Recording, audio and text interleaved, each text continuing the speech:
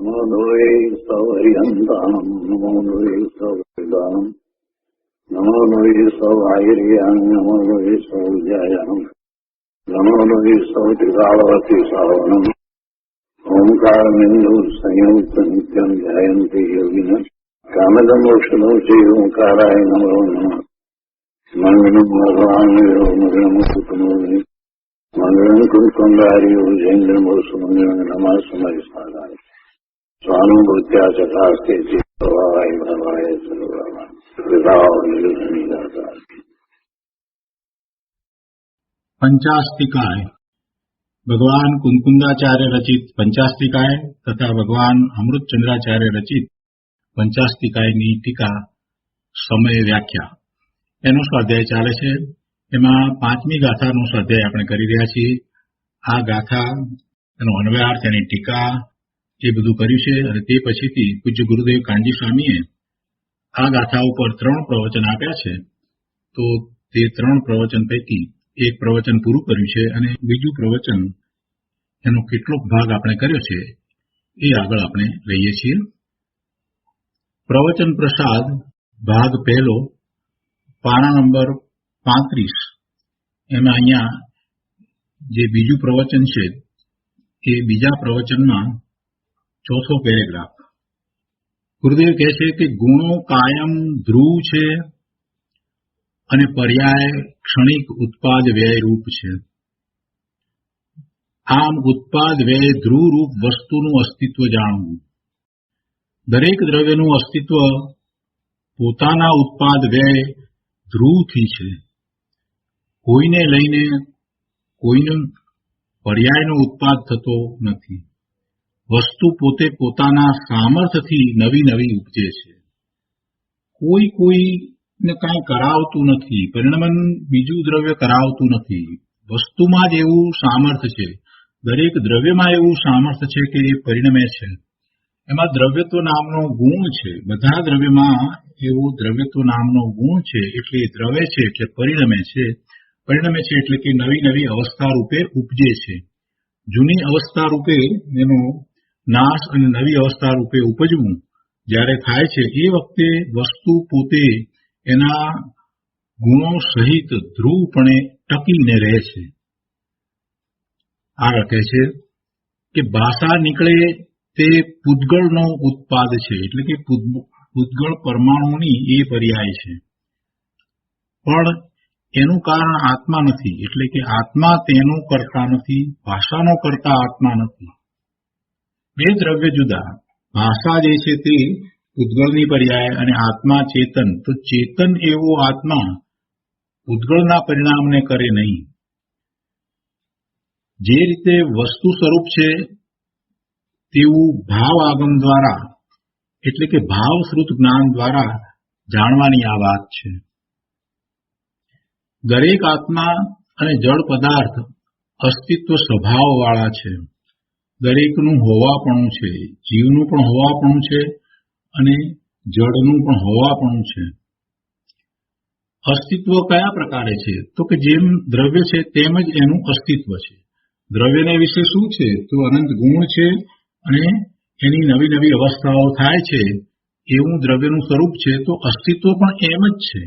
અસ્તિત્વ ઉત્પાદ વ્યય અને ધ્રુવ સહિત છે. શરીરમાં રોગ થાય તે પૂતગળની પર્યાયનો ઉત્પાદ છે, જીવની પર્યાયનો ઉત્પાદ નથી. શરીરમાં રોગ થાય તે પૂતગળની પર્યાયનો ઉત્પાદ છે. અહીંયા ઘણાને પ્રશ્ન થાય કે જીવે પૂર્વે એવા કર્મ બાંધ્યા માટે એ થયું ને. વાત સાચી. જીવના કર્મ જે છે એના એવા આશ્રવ અને એવા ભાવ, આશ્રવ પછી ભાવબંધ અને એને કારણે એવા જળબંધ થયા. તો એના ઉદય આવે, પણ એ ઉદય ક્યાં આવે? કોના ઉદય છે? જળના ઉદય છે તે જળમાં ઉદય રહ્યા છે. જળનો ઉદય જળમાં છે. દ્રવ્ય કર્મ છે એનો ઉદય ત્યાં છે. એ ચેતન ભગવાન આત્મામાં એનો ઉદય નથી. આત્મા તો એનાથી જુદો જ રહે છે. મોહનીય કર્મનો ઉદય જે છે તે ક્યાં છે? એ મોહનીય કર્મમાં રહ્યો. આત્મા એનાથી ભિન્ન જુદો છે. જો એમ ન હોત તો કર્મના ઉદય દરમિયાન કોઈ જીવ સમ્યક્ત્વ પ્રગટ કરી શકે જ નહીં. મિથ્યાત્વનો ઉદય હોય અને એમાં એ વખતે એ સમ્યક્ત્વ પ્રગટ કરે એ શક્ય જ ન થાય. એટલી વાત તો એમ જ છે, જે જળના ઉદય છે તે જળમાં જ રહ્યા છે, આત્માથી એ સદાય ભિન્ન જ છે. આત્મા તો ત્રિકાળ શુદ્ધ છે અને એવા આત્માના ત્રિકાળ શુદ્ધ સ્વરૂપને માનવું, એવી શ્રદ્ધા કરવી, ત્યાંથી તો ધર્મની શરૂઆત થાય છે. અહીંયા કહે છે કે દરેક આત્મા અને જળ પદાર્થ અસ્તિત્વ સ્વભાવવાળા છે. અસ્તિત્વ ઉત્પાદ વ્યય અને ધ્રુવ સહિત છે. શરીરમાં રોગ થાય તે પૂતગળની પર્યાયનો ઉત્પાદ છે. એ નવી અવસ્થા થઈ, રોગરૂપ અવસ્થા થઈ તો એ શરીરની અવસ્થા થઈ છે. જીવની એવી અવસ્થા નથી થઈ. જીવ પોતે એ શરીર સાથે રહ્યો છે અને એ ઊંધી માન્યતા કરે કે મને રોગ થયો છે અથવા તો મારી પર્યાય રોગવાળી થઈ છે, તો એ એનો ભ્રમ છે. કેમ કે એ રોગવાળી નવી જે પર્યાય થઈ એ તો શરીરની થઈ છે, આત્માની નથી થઈ. પણ આત્મા એમ વિભાવ ભાવે થાય છે કે હું રોગવાળો થયો, મારી પર્યાય રોગવાળી થઈ. તો એમ એ વિભાવ ભાવે થાય છે અને વિભાવ ભાવે થાય છે તો એને અશુભ ભાવ કે શુભ ભાવ હોય છે, એને આર્ત ધ્યાન થાય છે, એને ક્રોધ, માન, માયા, લોભના ભાવ થાય છે, 9 પ્રકારના કષાયો એવા ભાવ થાય છે અને એમ થતા આશ્રવને બંધ થાય છે. એટલે આખી વાત જે છે તે જીવની છે. વાત આખી જીવની છે અને આ વિચારો એને સમજ્યા વિના બીજી રીતે લઈ લે છે. જીવ શું કરે છે એ સમજતો નથી, પૂતગળ શું કરે છે એને સમજતો નથી, બંનેને ભિન્ન જુદા પાડતો નથી. પૂતગળની પર્યાયો જે થઈ રહી છે એને એ પોતાની પર્યાય માને છે. આ બધો ભ્રમ છે અને એવા ભ્રમને કારણે જીવને ભટકવું થાય છે. કે છે કે શરીરમાં રોગ થાય તે પૂતગળનો સ્કંદ એવું શરીર એની પર્યાયનો ઉત્પાદ છે. તેના અસ્તિત્વમાં આત્માનો અધિકાર નથી કે તે રોગને મટાડી દે. આત્મા રોગને મટાડી શકે નહીં.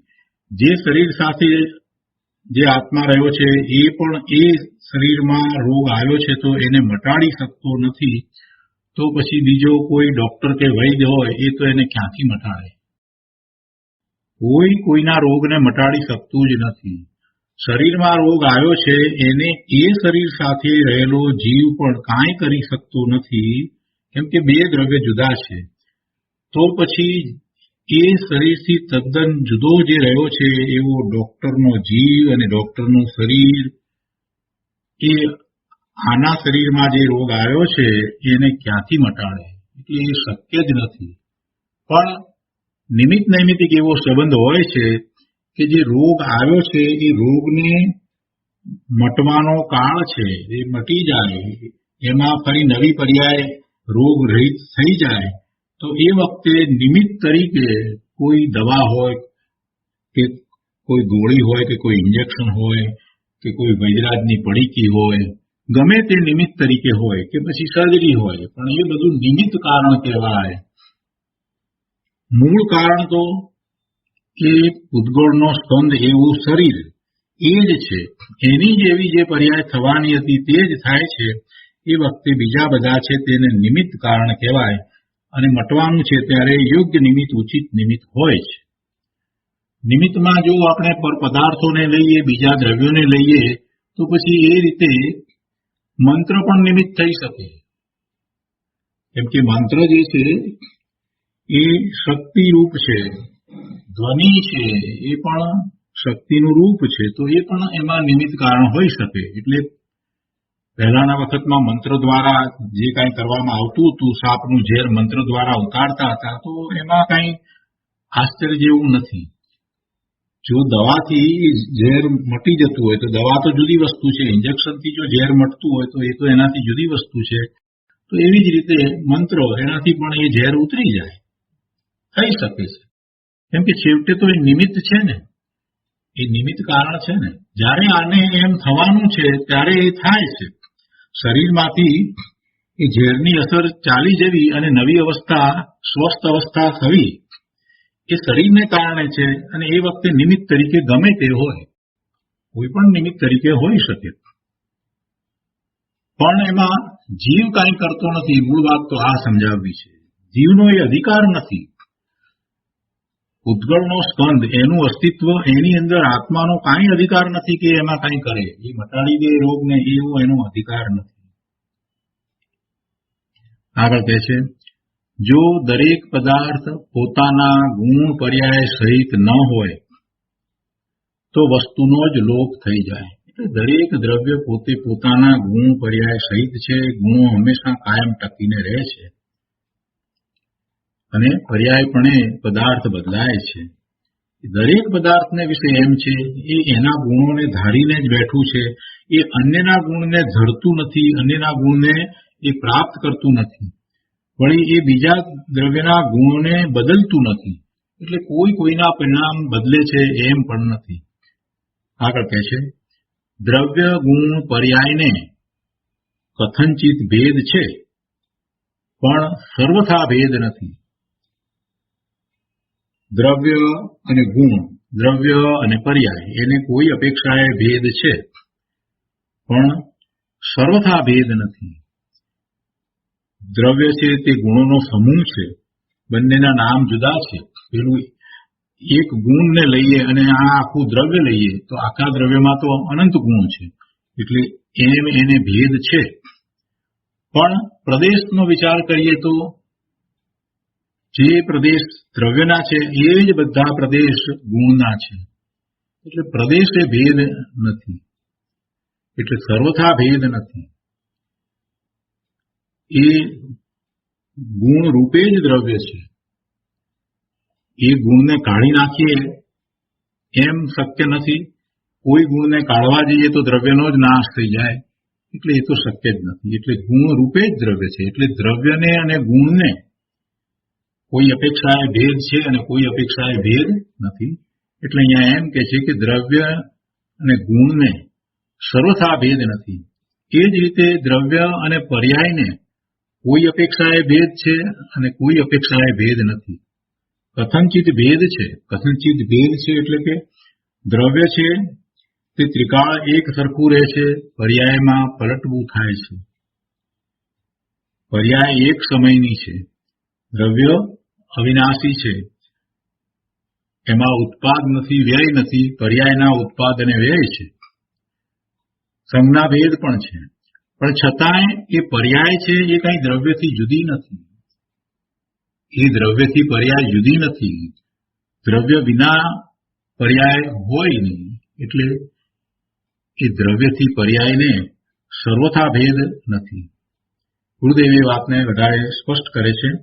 ગુરુદેવ કહે છે કે જેમ એક પરમાણુ બીજા પરમાણુથી સર્વથા જુદો છે, જેમ એક પરમાણુ બીજા પરમાણુથી સર્વથા જુદો જ છે, એમ જ છે.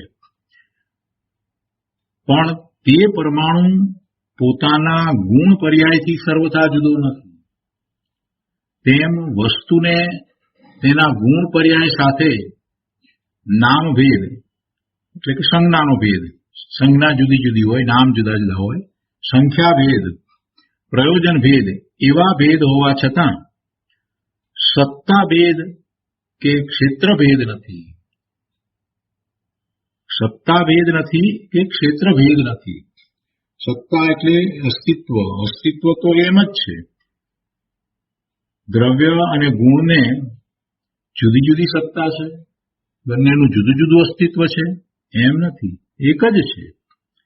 એ જ રીતે ક્ષેત્ર કાંઈ જુદું જુદું છે, જુદું જુદું ક્ષેત્ર પણ નથી.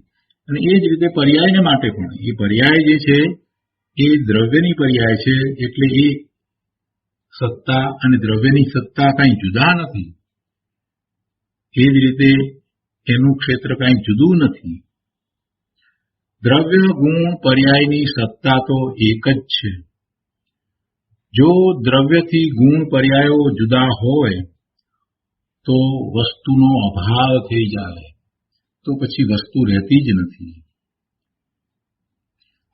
વસ્તુનું અસ્તિત્વ કઈ રીતે છે તે જાણ્યા વિના પરના અહંકારનો એટલે કે પરના કાર્યો હું કરી શકું છું અથવા તો પર સાથે પોતાને એકત્વપણું છે, મમત્વ છે, એમ એ પોતે અહંકારમાં રહ્યો છે, તો એવા અહંકાર એ તો મિથ્યાભાવ છે.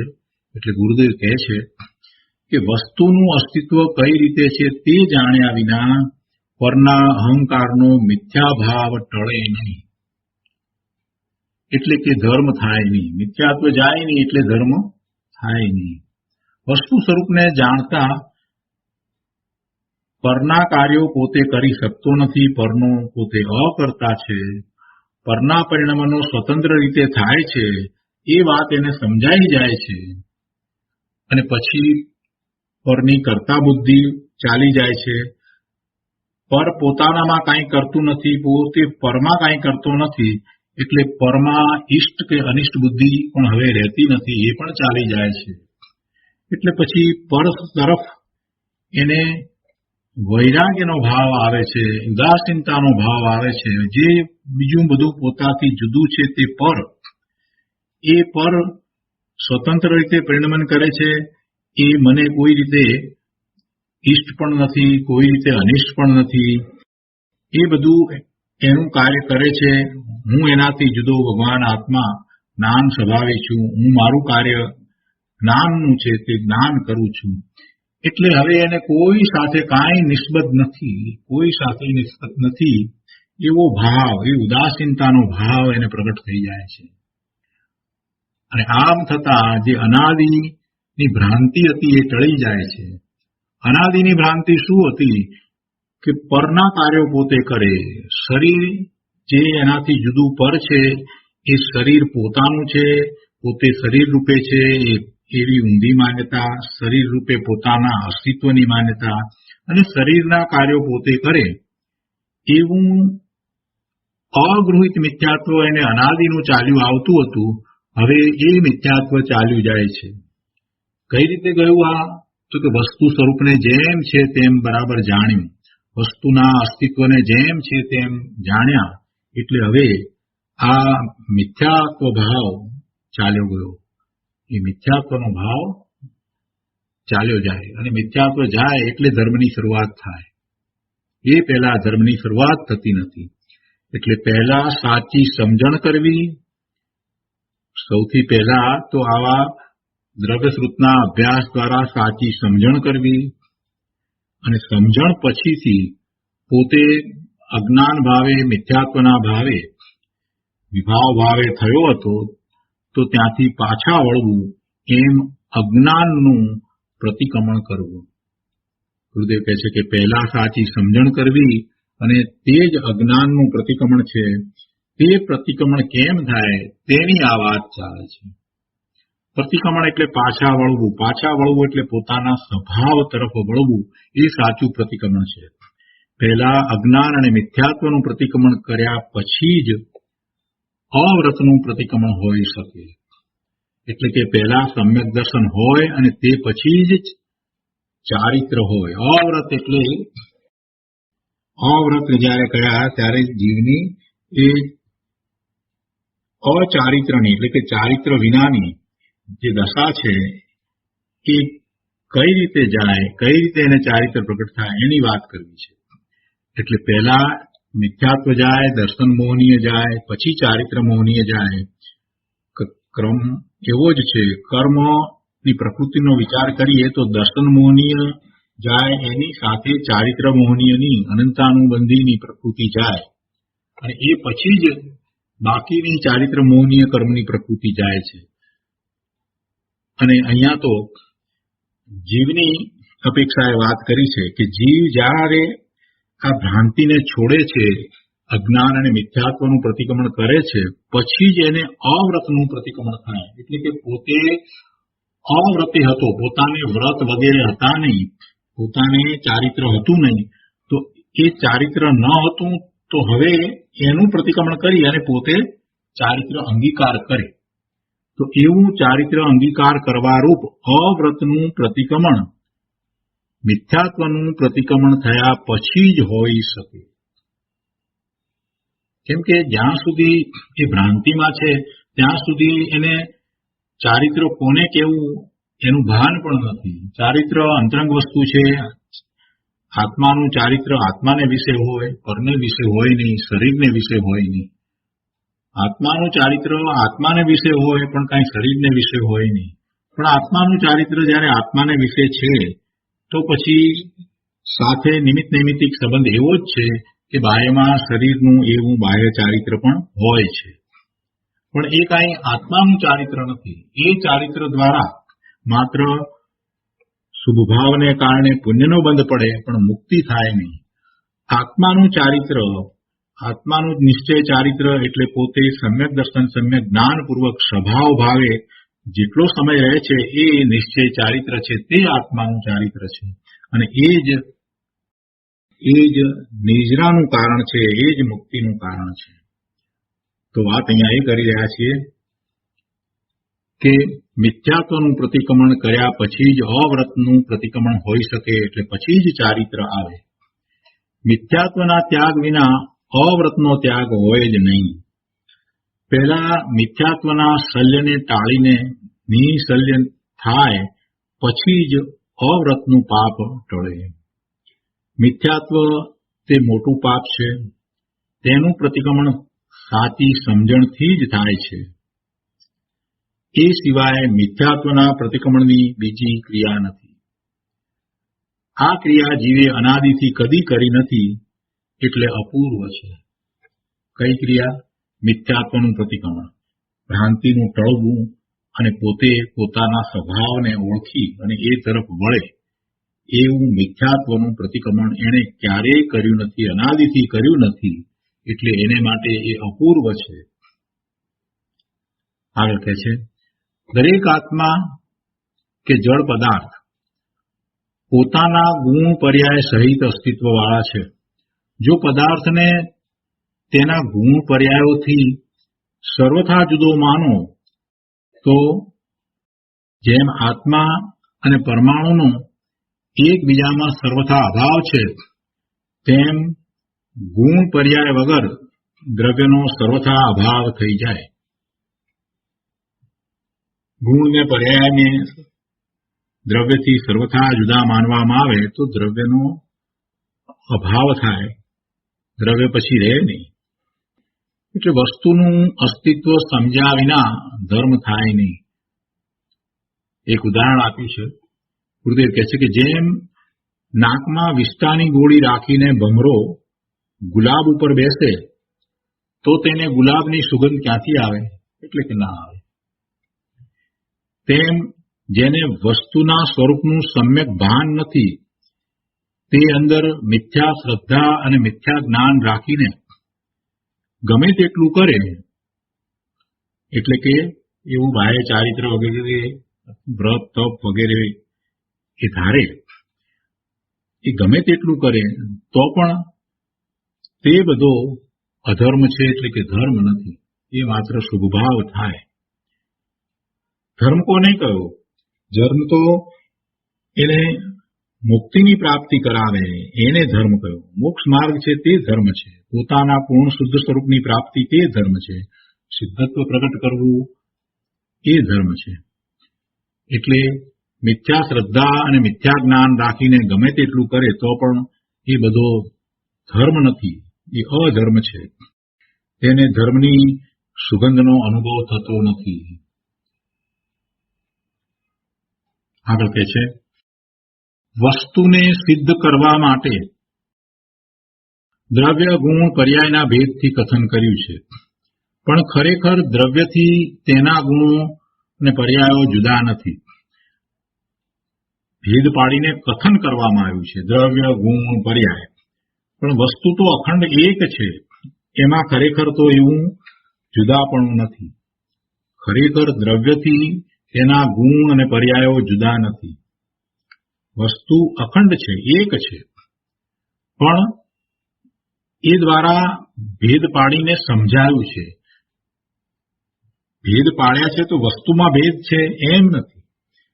ગુણ સમજાવ્યા છે તો એનું વર્ણન કર્યું. 47 શક્તિનું વર્ણન કર્યું એટલે એ જુદા જુદા છે એમ નથી, એ બધા એક સાથે રહ્યા છે. આત્માના બધા પ્રદેશમાં બધા ગુણ છે. આ વાતને ખૂબ શાંતિથી સમજવા જેવી છે. આખું દ્રવ્ય, આત્મદ્રવ્ય અસંખ્ય પ્રદેશી, એ તો એનું પરિમાણ છે, એનું માપ છે. તો એ આખું દ્રવ્ય જ્ઞાનથી ભરેલું છે. એ જ આખું દ્રવ્ય દર્શનથી ભરેલું છે. એ જ આખું દ્રવ્ય સુખથી ભરેલું છે. એ જ આખું દ્રવ્ય પ્રમેયત્વથી ભરેલું છે. એ જ આખું દ્રવ્ય નિર્મળતાથી ભરેલું છે. એટલે અનંત ગુણથી આખું દ્રવ્ય ભરેલું છે. એટલે ક્યાંથી એમાં જુદું પડે? એમાં જુદું પડી શકતું જ નથી. બધા જ પ્રદેશમાં એક ગુણ વ્યાપ્યો છે, બીજો ગુણ વ્યાપ્યો છે, ત્રીજો ગુણ વ્યાપ્યો છે, ચોથો ગુણ વ્યાપ્યો છે. તો એ ગુણને જુદા કેવી રીતે પડાય? એ શક્ય નથી. એ જુદા પડતા નથી, એ પડી શકે નહીં. પણ આત્માનું મહાત્મા આવે એટલે એનું વર્ણન કરવામાં આવ્યું છે, તો ભેદ પાડીને કથન કહેવામાં આવ્યું છે. વસ્તુને સિદ્ધ કરવા માટે દ્રવ્ય ગુણ પર્યાયના ભેદથી કથન કર્યું છે, પણ ખરેખર દ્રવ્યથી તેના ગુણ પર્યાયો જુદા નથી. વસ્તુના ગુણ પર્યાયોનું ક્ષેત્ર કે સત્તા જુદા નથી. ક્ષેત્ર પણ એ જ છે અને સત્તા પણ એ જ છે. સર્વથા અભેદ પણ નથી. બીજી વાત પણ સાથે લીધી. સર્વથા અભેદ નથી, ભેદ પણ છે. સર્વથા અભેદ હોય તો એક પર્યાય જેટલું કે એક ગુણ જેટલું જ દ્રવ્ય થઈ જાય. એટલે સર્વથા અભેદ નથી. એક પર્યાય જેટલું દ્રવ્ય નથી, એક ગુણ જેટલું દ્રવ્ય નથી. તેમજ આ દ્રવ્ય અને આ ગુણ એવા ભેદ પાડીને કથન પણ ન થઈ શકે. જો સર્વથા અભેદ હોય તો, સર્વથા અભેદ હોય તો પછી એમાં દ્રવ્ય અને ગુણ એવું ભેદ પણ પડે નહીં, એનું એવું રીતે કથન પણ ન થઈ શકે. એટલે એ સર્વથા અભેદ નથી. એટલે કે કથનચિત ગુણ ગુણી ભેદ પણ છે, પરંતુ સર્વથા ભેદ નથી, સર્વથા અભેદ નથી. વસ્તુને સિદ્ધ કરવા માટે ગુણ પર્યાયના ભેદ પાડીને કથન કર્યું છે, પણ વસ્તુ તો કથનચિત અભેદ છે. એટલે કે એ રીતે વસ્તુ કથનચિત ભેદ અભેદ રૂપ છે. કોઈ અપેક્ષાએ ભેદ છે, કોઈ અપેક્ષાએ અભેદ પણ છે. વસ્તુ અખંડ છે. વસ્તુમાં ખરેખર ખંડ પડતા નથી. વસ્તુ એક છે. આગળ કહે છે, કહો આચાર્ય દેવને જંગલમાં આત્માનો અનુભવ કરતા કરતા વિકલ્પ ઉઠ્યો અને આ શાસ્ત્રની રચના થઈ ગઈ. એવી કરુણા થઈ અને કુંકુંદાચાર્ય ભગવાનને કે જીવો વસ્તુ સ્વરૂપને સમજે તો એ પામે, એટલે આ શાસ્ત્રની રચના થઈ ગઈ. પણ તેઓ કહે છે કે આ શબ્દ પર્યાય થાય છે તે પૂતગળની પર્યાય છે, અને એ સાથે પૂતગળનો સંબંધ છે, મારો સંબંધ નથી. પૂતગળ સાથે આ શબ્દની પર્યાય છે તે અભેદ છે. શબ્દ જે છે તે પૂતગળની પર્યાય છે, એટલે એ પૂતગળની પર્યાય એ પૂતગળ સાથે અભેદ છે. પણ અમારાથી તો એ જુદી છે. અમારાથી તો તેનો અત્યંત ભેદ છે. અમે તે પૂતગળની પર્યાયના કરતા નથી.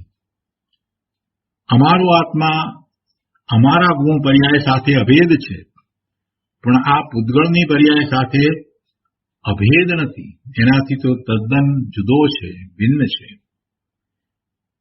દરેક દ્રવ્ય પોતપોતાના ગુણ પર્યાયથી અભેદ છે અને પરથી ભેદરૂપ છે, પરથી જુદું છે.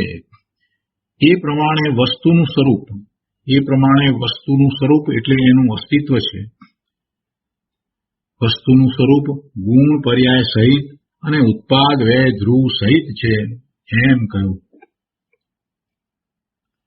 હવે 5 દ્રવ્યોને જે અસ્થિકાયપણું છે, એટલે અસ્થિપણું અને કાયપણું, જે ટીકામાં વાત આવી એની વાત હવે ગુરુદેવ લે છે.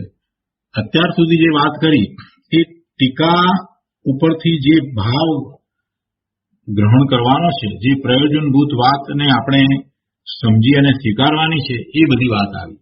હવે ગુરુદેવ ટીકાની વાતને સમજાવે છે. ટીકામાં શું વાત આવી છે? 5મી ગાથામાં અસ્થિપણું અને કાયપણું કઈ રીતે છે તે સમજાવવામાં આવે છે. એમ શરૂઆતમાં જ કહ્યું. તો ગુરુદેવ હવે એ વાત લે છે, કહે છે કે હવે 5 દ્રવ્યોને જે અસ્થિકાયપણું છે તેમાં કાયપણું કઈ રીતે છે તે કહે છે. કાયા એટલે આ સ્થૂળ શરીરની વાત નથી, પણ આત્માના અનેક પ્રદેશોનો જે પિંડ છે તે જ કાયા છે, તે જ તેની કાયા છે. તો અસ્થિ સંબંધીની તો વાત ગુરુદેવે પ્રયોજનભૂત વાત કરતા કરતા ઘણી સમજાવી દીધી, એનું અસ્તિત્વ કઈ રીતે છે. કાયાની વાતને હવે એવી જ રીતે પ્રયોજનભૂત વાત પણ સાથે લેશે અને સમજાવે છે. સ્થૂળ શરીર કાયા જે કહીએ છીએ એ કંઈ આત્માની કાયા નથી. વસ્તુના અનેક પ્રદેશોનો જે પિંડ છે તે વસ્તુની કાયા છે. દરેક દ્રવ્ય, એ 5 દ્રવ્ય, એના જે પ્રદેશોનો સમૂહ છે તે તેની કાયા છે. તો આત્માની કાયા કઈ? આ શરીર તે આત્માની કાયા નથી, તે તો પૂતગળની કાયા છે. આત્માના જે અસંખ્ય ચૈતન્ય પ્રદેશો છે તે જ આત્માની કાયા છે. જળ કાયા આત્માની કદી પણ નથી. જળ કાયા તે પૂતગલાસ્તિકાય છે, એટલે કે પૂતગળની કાયા છે. તેમાં આત્માનું અસ્તિત્વ નથી. એટલે જળ શરીરને આત્માની કાયા કહી શકાય નહીં. જળ શરીરને આત્મા ચલાવે છે, હલાવે છે એમ પણ નથી. અને જો એ એમ માને કે જળ શરીરને આત્મા ચલાવે છે, એમ જો એ માને તો એણે જળ અને ચેતનને જુદા ન માન્યા. એટલે કે જીવ એ ચેતન જીવાસ્તિકાય અને આ જળ ઉદ્ગલાસ્તિકાય એને જુદા જાણ્યા નહીં. જો એ એમ માને કે આત્મા શરીરને હલાવે ચલાવે છે તો એને શરીર સાથે આત્માનું એક પણ માન્યું, એટલે જળ સાથે ચેતનનું એક પણ માન્યું. આ તો મોટું મિથ્યાત્વ થયું. એટલે શરીરથી આત્મા જુદો છે, શરીરના કાર્યો આત્મા કરતો નથી. આ શરીર જે કાયા છે એ કાયા આત્માની નથી, એ જળ કાયા જળની છે. આત્માની કાયા તો એના અસંખ્ય પ્રદેશો છે. કાયા વિશે વધારે વાત કરે છે. કાયા કોને કહેવાય? કાળ સિવાયના 5 દ્રવ્યોને કાયા હોય છે. કાયા કહો કે કાય કહો, એક જ વાત છે. કાયા એટલે પ્રદેશોનો સમૂહ. પ્રદેશને સૂક્ષ્મ અવિભાગી અંશ છે. તેને સર્વજ્ઞ સિવાય બીજો કોઈ જાણી શકે નહીં. જેનો હવે બીજો ભાગ ન પડી શકે, એટલે અવિભાગી અંશ. જેનો હવે એનાથી નાનો ભાગ ન થઈ શકે એવો અવિભાગી અંશ. કોનો અંશ? આ પ્રદેશનો. એ એક પ્રદેશ છે. એ એક પ્રદેશ છે. અને એ એક પ્રદેશ છે તો એવા એક કરતા વધુ પ્રદેશનો સમૂહ એને કાય કહેવાય છે. અને આ એક પ્રદેશ છે એ સર્વજ્ઞ સિવાય બીજાના જ્ઞાનમાં આવી શકે નહીં. એવી જ રીતે એક પરમાણુ છે તો એ સર્વજ્ઞ સિવાય બીજાના જ્ઞાનમાં આવી શકે નહીં. એવી જ રીતે એક સમય છે એ પણ સર્વજ્ઞ સિવાય કોઈના જ્ઞાનમાં આવી શકે નહીં. એક પ્રદેશ, એક પરમાણુ, એક સમય એ એટલા સૂક્ષ્મ છે કે એ સર્વજ્ઞ પરમેશ્વરના જ્ઞાનમાં જ આવે, બીજાના જ્ઞાનમાં આવે નહીં. કેવળી ભગવાનના જ્ઞાનમાં આવે. અહીંયા કહે છે આત્માને અવયવ હોય? તો કહે છે કે હા, આત્માને અવયવ હોય. કેવી રીતે હોય? તો કહે છે કે આ હાથ પગ એ જળ શરીરના અવયવ છે, એ આત્માના અવયવ નથી. એ જળ શરીરના અવયવ છે, એ આત્માના અવયવ નથી. પણ આત્માને અવયવ હોય, અને આત્માના અવયવ એટલે એના અસંખ્ય ચૈતન્ય અંશો. અસંખ્ય ચૈતન્ય અંશો તે આત્માના અવયવો છે. આત્માના અવયવ કેટલા? અસંખ્યાત. જીવ, ધર્માસ્તિકાય અને અધર્માસ્તિકાય એ ત્રણેયની કાયા અસંખ્યાત પ્રદેશી છે. જીવ, ધર્મ, અધર્મ એ ત્રણ દ્રવ્યને અસંખ્ય પ્રદેશ છે. એટલે કે અસંખ્ય પ્રદેશ પરિમાણ એટલા માપ પ્રમાણે એનું ક્ષેત્ર હોય છે. જીવનું ક્ષેત્ર કેટલું? તો અસંખ્ય પ્રદેશ પરિમાણ ક્ષેત્ર છે. ધર્માસ્તિકાયનું પણ એમ અને અધર્માસ્તિકાયનું પણ એમ જ છે. અને એ જ એનું કાય છે, એ એની કાયા છે. પૂતગળની કાયા 2 અંશથી માંડી અને અનંત અંશવાળી હોય છે. આકાશની કાયા અનંત પ્રદેશી છે અને કાળને એક જ પ્રદેશ છે, તેથી તેને કાયા નથી. અહીં જીવના અસંખ્ય પ્રદેશ કયા? તે અંશ કલ્પનાથી છે. જો બહુ સ્પષ્ટ કર્યું છે. જીવના અસંખ્ય પ્રદેશ કયા? તે અંશ કલ્પનાથી છે. કાંઈ તે પ્રદેશો કદી જુદા પડતા નથી. જીવ અખંડ એક દ્રવ્ય છે અને એમાં એક એક પ્રદેશ એ જુદા પડે છે એમ નથી. પ્રદેશ કયો છે? તો એનું પરિમાણ કહેવા માટે સમજાવ્યું છે કે અસંખ્ય પ્રદેશી એનું પરિમાણ છે. પણ એમ નથી કે આપણે સાયન્સની અંદર માઇક્રોસ્કોપની અંદર જે સેક્શન લઈ અને જોઈએ છીએ તો આમાં આપણને સેલ્સ દેખાય છે. એક સેલની સાથે બીજો સેલ, બીજાની સાથે ત્રીજો, એમ આખો સેલ્સ જે દેખાય છે. કોઈ પણ સેક્શન જોતા હોઈએ, મેઝનું સેક્શન જોતા હોઈએ કે કોઈ પણ જોતા હોઈએ, તો આપણને એ બધા સેલ્સ દેખાય છે. એ બધા એકબીજા સાથે જોડાયેલા સેલ્સ દેખાય છે. તો આપણને પહેલા એવી જ કલ્પના થાય કે આત્માના પ્રદેશો આવી રીતે હશે. ના, એમ નથી. અહીંયા એ વાતને પકડવાની છે. એમ એક સેલ્સની જેમ આ પ્રદેશ નથી. ઘણા સેલ્સ આપણને માઇક્રોસ્કોપમાં દેખાય આખી શીટની અંદર, તો એવી રીતે નથી. અથવા તો આપણને એમ કલ્પના આવે કે મોટા રૂમની અંદર નાની નાની ટાઇલ્સ ખૂબ જડી દીધી છે, ખૂબ બધી ટાઇલ્સ જડી દીધી હોય તો આપણને દરેક ટાઇલ્સ જુદી જુદી દેખાય અને એકથી જુદી ટાઇલ્સ બીજી છે એમ આપણને ખ્યાલમાં આવે છે. તો એવી રીતે કઈ આત્માના પ્રદેશો નથી. કેમ કે એ તો બધું જુદું છે અને જોડાયેલું છે. જ્યારે આત્મદ્રવ્ય કેવું છે? આત્મદ્રવ્ય તો અખંડ છે, એક રૂપ છે. એટલે જયારે પ્રદેશ કયા, તો એ તો એનું માપ કયું, એનું પરિમાણ કયું છે. અને એક પ્રદેશનું માપ ડિફાઇન કર્યું છે કે જે એક પરમાણુ છે, એ પરમાણુ આકાશમાં જેટલી જગ્યા રોકે છે એટલા માપને એક પ્રદેશ માપ કહેવામાં આવ્યું છે. અને એવું એક માપ, એવા અસંખ્ય માપ, એવું આત્માનું ક્ષેત્ર છે. એ આત્માનું સ્વરૂપ છે. એટલે આ જે ટાઇલ્સ જડી દીધી હોય આપણે જોઈએ ને બધી જુદી જુદી દેખાય, અથવા તો આપણે માઇક્રોસ્કોપમાં જે શીટને જોઈએ ને જુદા જુદા સેલ્સ દેખાય, એવી રીતે આત્માનું સ્વરૂપ નથી. અસંખ્ય પ્રદેશ કયા? તો એમ પ્રદેશ નથી. પ્રદેશ તો માપ છે. એક પ્રદેશ એ માપ છે. શેનું માપ છે? એ માપ એ પરિમાણ છે. એ ક્ષેત્રનું માપ છે. એ ક્ષેત્રનું માપ કાઢ્યું. કઈ રીતે માપ કાઢ્યું? આપણે જે માપ કાઢીએ છીએ સેન્ટીમીટરમાં કે ઇંચમાં કે ફૂટમાં કે માઇલમાં, જે માપ કાઢીએ છીએ એ તો બધા સ્થૂળપણે છે.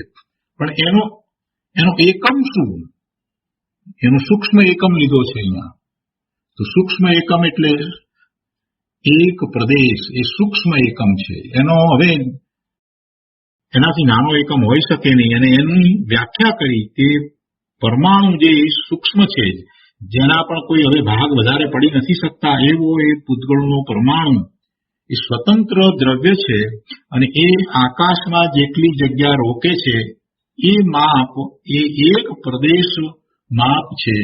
અને એવા માપને લઈએ અને એક કહીએ તો એવા અસંખ્ય પ્રદેશ માપ એ આત્માનું ક્ષેત્ર છે. એવી જ રીતે ધર્માસ્તિકાયનું પણ અસંખ્ય પ્રદેશ પરિમાણ છે, અધર્માસ્તિકાયનું પણ અસંખ્ય પ્રદેશ પરિમાણ છે. જીવ, ધર્મ અને અધર્મ એ ત્રણેયની કાયા અસંખ્યાત પ્રદેશી છે. પૂતગળની કાયા 2 અંશથી માંડીને અનંત અંશવાળી હોય છે. આકાશની કાયા અનંત પ્રદેશી છે અને કાળને એક જ પ્રદેશ છે, તેથી તેને કાયા નથી. અહીં જીવના અસંખ્ય પ્રદેશ કયા તે અંશ કલ્પનાથી છે. ખરેખર એમાં અંશ પડતા નથી. વસ્તુ એક જ છે. જીવ આખું એક જ દ્રવ્ય છે, એટલે એના પ્રદેશો કાંઈ જુદા પડતા નથી. એના પ્રદેશો કાંઈ જુદા પડતા નથી. એ પરિમાણ છે, માપ છે. એ પ્રમાણે ધર્માસ્તિકાય અને અધર્માસ્તિકાયના પ્રદેશો પણ કાંઈ જુદા પડતા નથી. અને આકાશના પ્રદેશો પણ કાંઈ જુદા પડતા નથી. લોકાકાશના અસંખ્ય પ્રદેશ કયા અને અલોકાકાશના અનંત પ્રદેશ કયા, તો એ કાંઈ જુદા પડતા નથી. દ્રવ્ય રૂપે તો એ દ્રવ્ય આખું આકાશ દ્રવ્ય એક જ છે. ધર્માસ્તિકાય દ્રવ્ય એક છે. અધર્માસ્તિકાય દ્રવ્ય પણ એક છે. અને જીવ અનંત છે. અનંત જીવ છે અને દરેક જીવને અસંખ્યાત પ્રદેશ છે. જીવ અનંત છે અને દરેક જીવને અસંખ્યાત પ્રદેશ છે. ઉદ્ગળ દ્રવ્યમાં પરમાણુ જે છે તે એક પ્રદેશી છે. અને એવા પરમાણુ કેટલા છે, તો કે અનંત પરમાણુ છે. એટલે સંખ્યાની અપેક્ષાએ પરમાણુઓ અનંત છે. જીવ અનંત છે. ધર્માસ્તિકાય એક છે, અધર્માસ્તિકાય એક છે, આકાશ એક છે. અને કાળ, તો કે કાળાનું પણ અસંખ્ય છે. સંખ્યાની અપેક્ષાએ કાળાનું પણ અસંખ્ય છે. ને પ્રદેશની અપેક્ષાએ જોઈએ તો શું છે? જીવને, ધર્માસ્તિકાયને અને અધર્માસ્તિકાયને અસંખ્યાત પ્રદેશ છે. વળી લોકાકાશના પ્રદેશનો વિચાર કરીએ તો એ પણ અસંખ્યાત પ્રદેશ છે. પણ આખા આકાશનો વિચાર કરીએ તો એ અનંત પ્રદેશી છે. પૂતગળ પરમાણુ એક પ્રદેશી છે. કાળાનું છે એ પણ એક પ્રદેશી છે. પૂતગળ પરમાણુ એક પ્રદેશી હોવા છતાં એ બીજા પરમાણુ સાથે જોડાય છે, એટલે એને 2 પ્રદેશપણું થાય છે. એ અપેક્ષાથી એને કાય કહેવામાં આવ્યું છે. પૂતગળમાં સ્કંદ થાય અને જુદા પણ પડે એટલે પૂતગળને કાયપણું ઉપચારથી છે. પૂતગળને કાયપણું ઉપચારથી છે. કેમ કે જયારે ભેગા થાય છે તો સ્કંદ છે, તો બહુ પ્રદેશીપણું થયું, એક કરતા વધુ પ્રદેશીપણું થયું, તો એનું એવું કાયાપણું છે.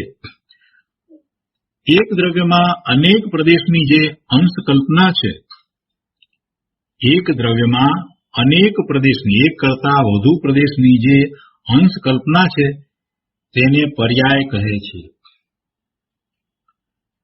જો અહીંયા આખી વાત જે લીધી છે એ પ્રદેશની વાત છે, અને પ્રદેશને જે પર્યાય કહેવામાં આવી એ વાત આપણે ટીકામાંથી સમજ્યા. કઈ રીતે કહેવામાં આવી કે એક પ્રદેશ કરતા બીજો પ્રદેશ જુદો છે.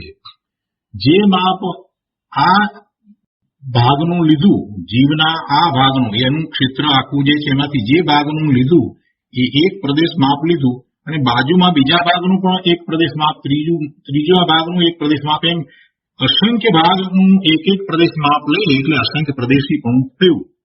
પણ એ દરેક એકબીજાથી જુદો છે. એ ભાગ એ એકબીજાથી જુદો છે, એટલે એ અપેક્ષાએ એક પ્રદેશ બીજા પ્રદેશથી જુદો છે. અને એવું એક પ્રદેશથી બીજા પ્રદેશનું જુદાપણું છે, એટલે એને એક પ્રદેશને બીજા પ્રદેશ સાથે વ્યતિરેક છે.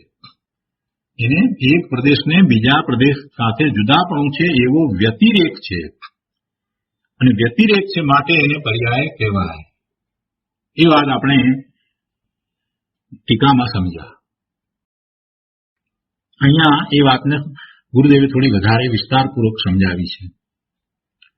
એક દ્રવ્યમાં અનેક પ્રદેશોની જે અંશ કલ્પના છે તેને પર્યાય કહે છે. આખા ક્ષેત્રનો એક અંશ પડ્યો માટે તે પણ પર્યાય છે.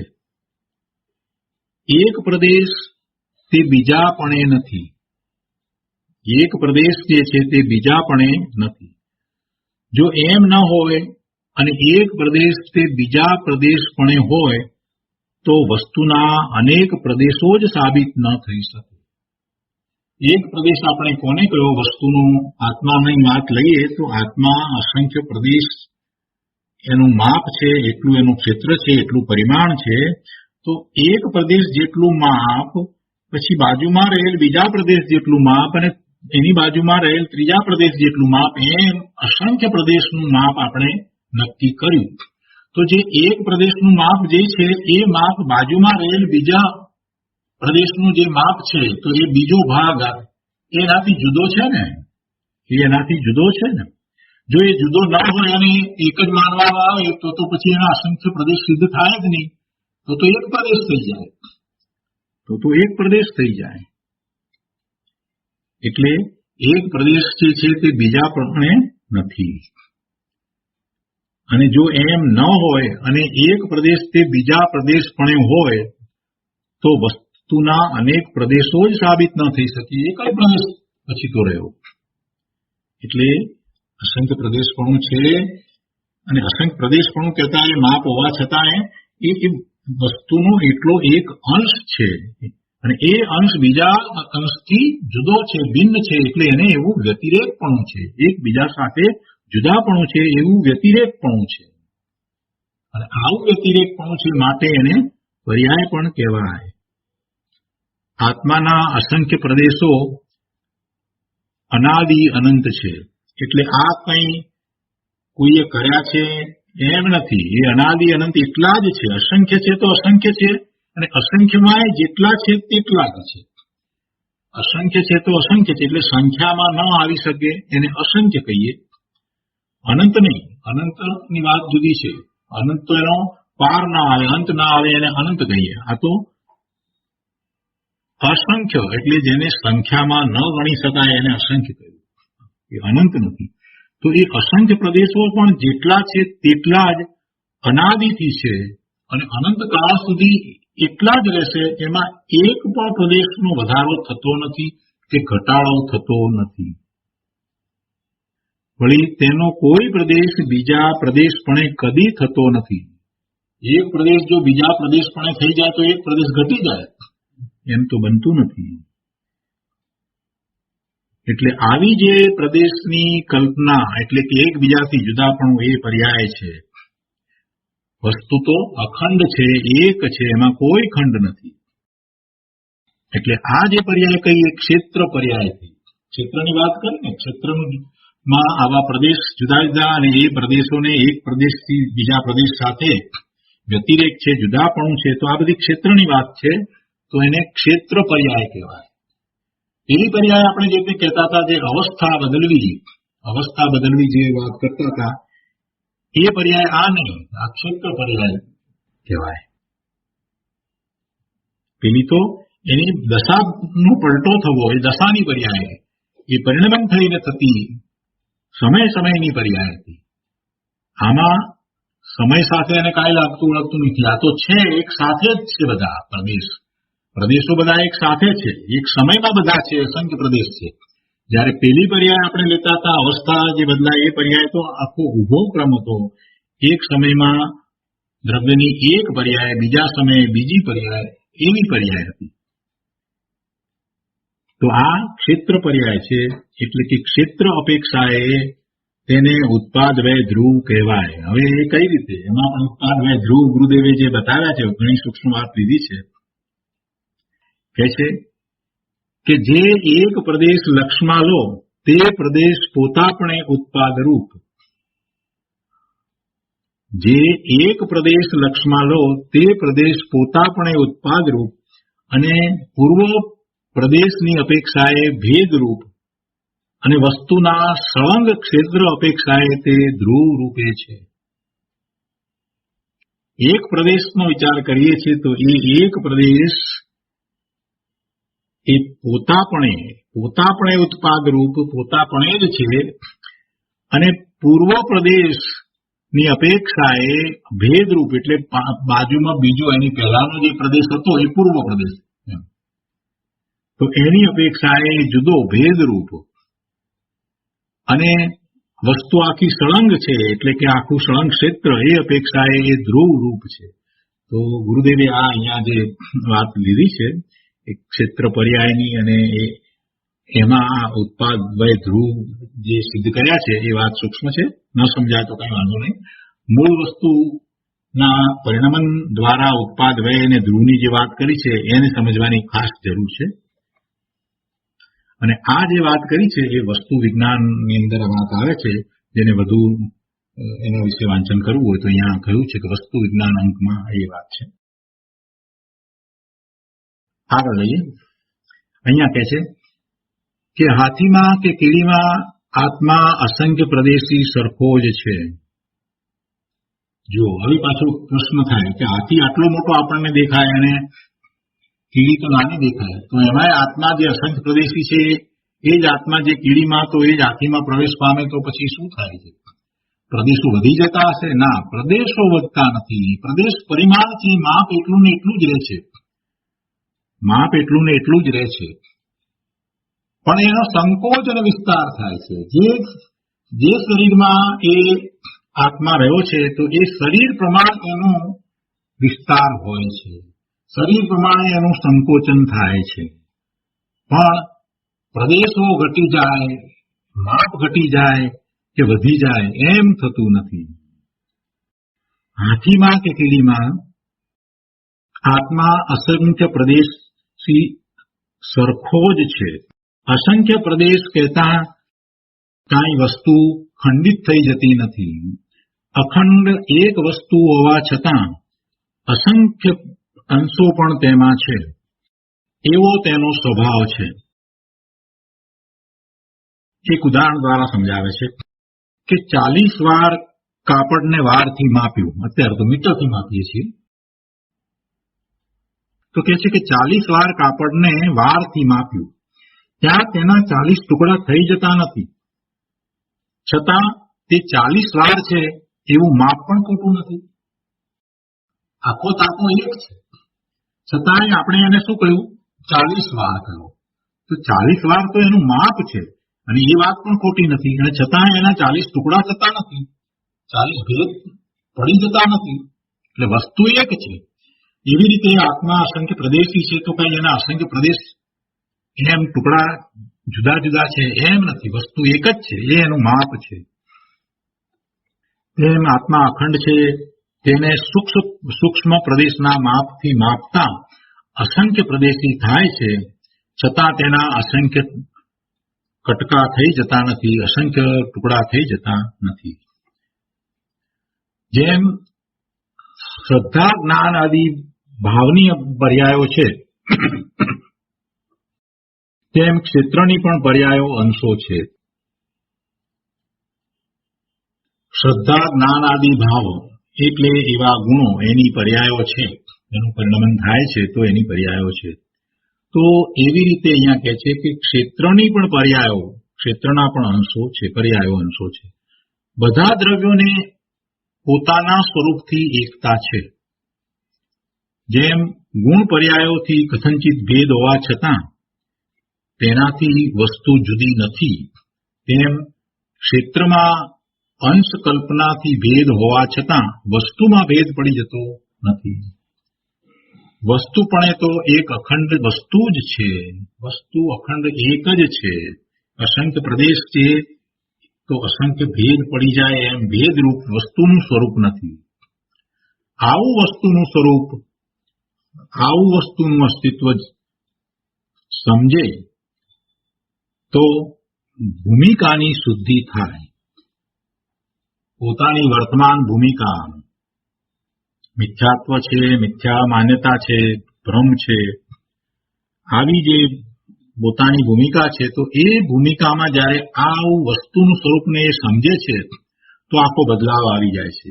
હવે એની ભૂમિકા, હવે એની યોગ્યતા એવી થઈ જાય છે કે સર્વ પદાર્થોથી પોતાને ભિન્ન માનવા માંગે છે. સર્વ પદાર્થોથી પોતે જુદો છે એમ પોતે માને છે, ભલે અનુભૂતિ ન થઈ હોય તો પણ. અને એની રુચિ હવે પોતા તરફની થઈ જાય છે. એટલે ગુરુદેવ કહે છે કે આવું વસ્તુનું સ્વરૂપ અસ્તિત્વ સમજે તો ભૂમિકાની શુદ્ધિ થાય. પછી રુચિને અંતરમાં વાળી અને બી વાવે તો ધર્મરૂપી ઝાડ ઉગે. એટલે પછી આવી રુચિ થાય, આ વસ્તુના સ્વરૂપને સમજ્યા પછીથી જગતના બધા પદાર્થો પ્રત્યે ઉદાસીનતા થઈ જાય, પોતે કોણ છે એનું ભાન થઈ જાય, પોતાના અસંખ્ય પ્રદેશ એવા માપ અને એ દરેકમાં અનંત ગુણ રહ્યા છે. આ બધી વાતની સમજણ પડ્યા પછીથી એને બીજે ક્યાંય રસ પડતો નથી, કેમ કે બીજા બધા જગતના દ્રવ્યો છે એને પણ એવું જ છે, અને એ પોતાનામાં કાંઈ કરતા નથી, પોતાના પ્રદેશો ઓછા વધતા થતા નથી, બીજાના અન્યના પ્રદેશોમાં પોતે કાંઈ કરતો નથી. આ બધું ભાન થઈ ગયા પછીથી એની શ્રદ્ધા જે છે તે પોતાના સ્વના લક્ષ્ય થાય છે. એટલે હવે જે પોતાની રુચિ છે એ સ્વલક્ષી થાય અને રુચિને અંતર તરફ વાળે છે. બસ બહારમાંથી પોતાના જ્ઞાન દર્શનના ઉપયોગને અંતર તરફ વાળે છે. એને આત્માની જ રુચિ થાય છે. પોતાના સ્વરૂપનું મહાત્મા આવ્યું છે તો સ્વરૂપની જ રુચિ થાય છે. એમ સ્વરૂપની રુચિ રૂપ બીજને વાવે છે તો મોક્ષ માર્ગ રૂપ ઝાડ વૃક્ષ ઉગે છે, ધર્મરૂપી વૃક્ષ ઉગે છે. એટલે કે ધર્મની શરૂઆત થાય છે. વસ્તુને જાણ્યા વિના અને તેની રુચિ વિના ધર્મ થાય નહીં. ગુરુદેવ કહે છે કે મકાન તે આત્માનું ક્ષેત્ર નથી. જો હવે બે જ્ઞાનની વાત થોડીક લઈએ. ગુરુદેવ કહે છે કે મકાન તે આત્માનું ક્ષેત્ર નથી. મકાન કોઈનું, પૈસા કોઈના, આહાર કોઈનો, શરીર પણ કોઈકનું. એટલે એ બધા પૂતગળના છે. એ કઈ આત્માનું ક્ષેત્ર નથી, એ આત્મા રૂપે નથી. એ બધા પૂતગળના છે. આત્માનું ક્ષેત્ર તો પોતાના અસંખ્ય પ્રદેશો છે. આમ પોતે એ બધાથી જુદો પડે છે. આ ક્ષેત્ર અપેક્ષાએ પોતે ભેદ જ્ઞાન કરે છે.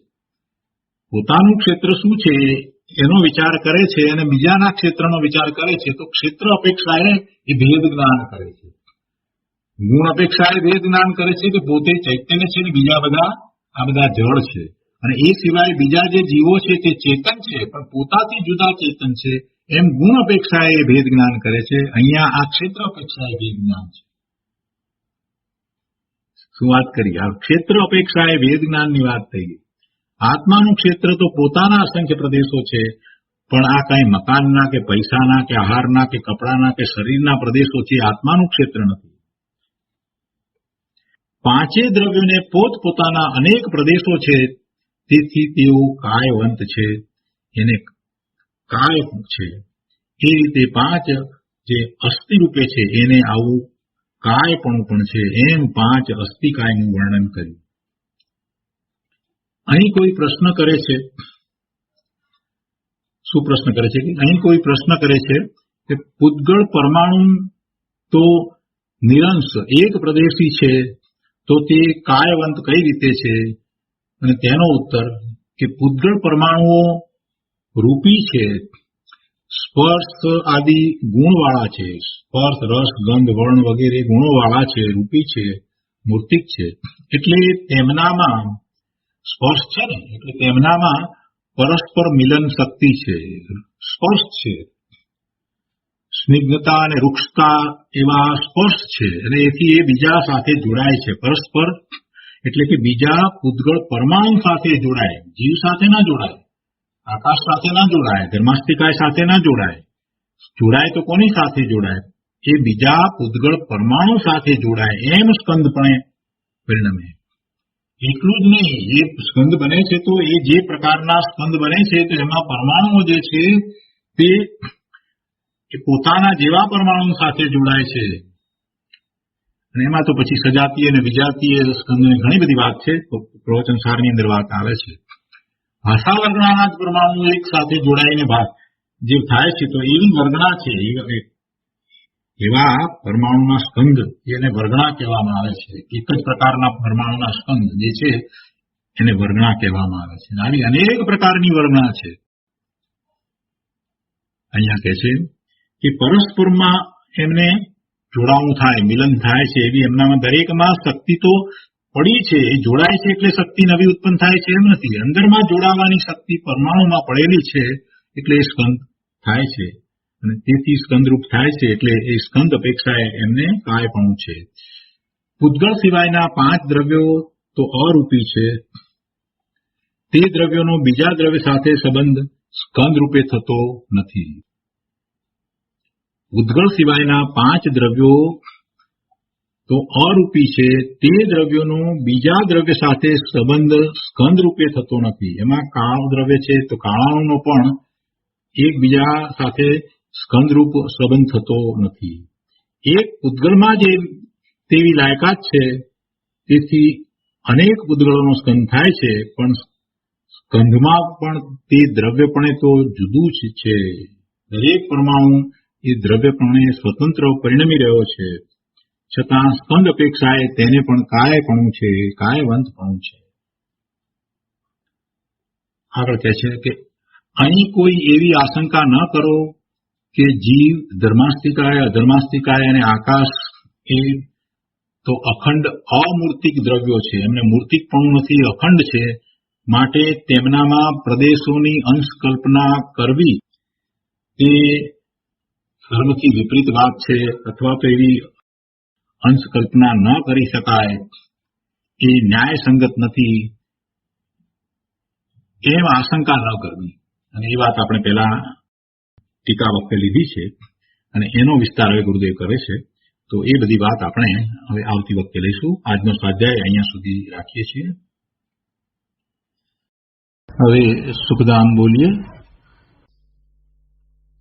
સુખધામ અનંત સુસંત ચરી દિન રાત રહે